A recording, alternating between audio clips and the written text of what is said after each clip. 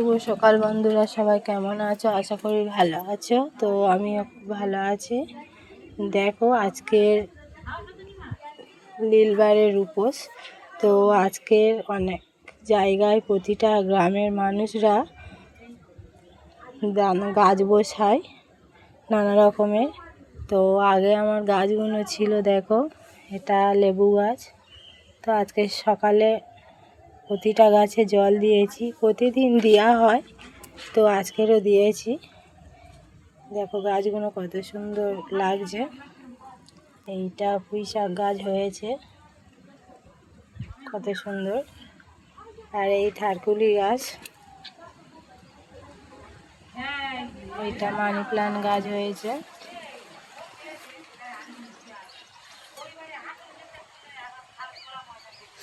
আরও কত পুঁই শাক চারা ভরে গিয়েছে দেখো। তো আমরা তো ছাদের উপরে থাকি, তা এইসব কেট কোটো মালসায় ওরকম করে সব চারিদিকে গাছপালা দিয়েছি। আমার গাছ বসাতে এমনি খুব ভালো লাগে।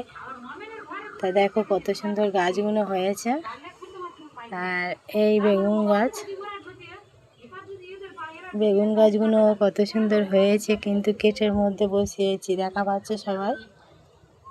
আর একটা দুটো করে ফলও ধরছে, ফুলও হয়েছে। তো আজকেরও আমি সকালে, আজকে যেহেতু নীল ঘরের বার, তো আজকেরও অনেক মানুষ অনেক জায়গায় চারা বসায়।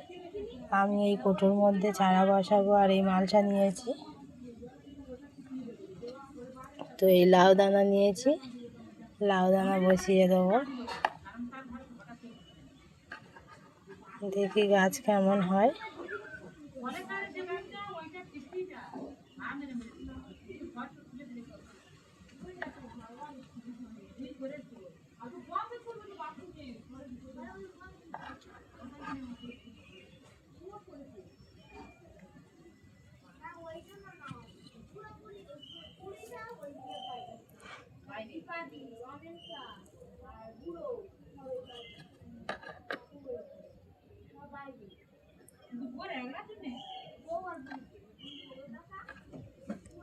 এরকমই থাকুক। আর এমনি সামান্য কিছু হালকা খড় নিয়ে ঢাকা দেবো।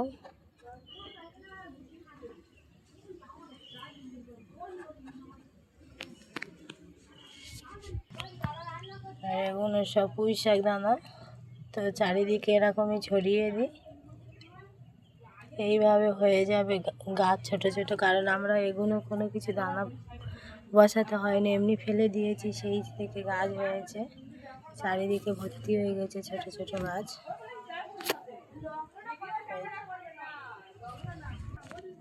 তো আমার শাশুড়ি মা সজনা ডাঁটা ছাড়িয়ে এই সজনা ডাঁটার সেগুলো রেখে দিয়েছিল।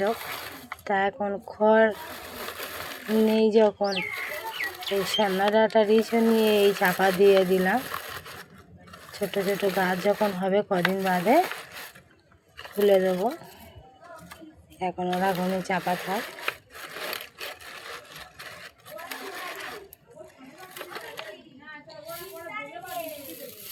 এই মালসার মধ্যেও দিয়ে দিচ্ছি।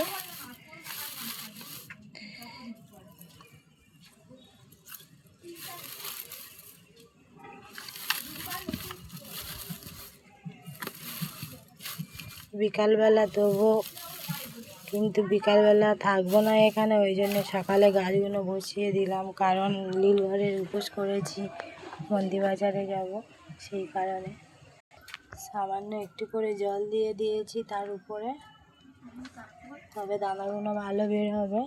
আর দেখো মৌরি গাছগুলো কত সুন্দর হয়েছে। কোনো গাছ ভালোভাবে আমি যত্ন করে বসাইনি, মৌরি ভিজিয়ে দিয়েছিলাম, সকালে জল খেয়েছি, সেই মৌরিগুলো ফেলে দিয়েছি, তার থেকে গাছ হয়েছে, অযথা ফলও হয়েছে। দেখো কত সুন্দর। তো কারা কারা গাছ লাগাতে ভালোবাসো, পছন্দ করে কমেন্টে জানাবে। দেখো কত সুন্দর গাছগুলো হয়েছে, কিন্তু এটা সব কেট মালসা কোটো ওইসবের উপরে করা। সবাই ভালো থাকবে, সুস্থ থাকবে।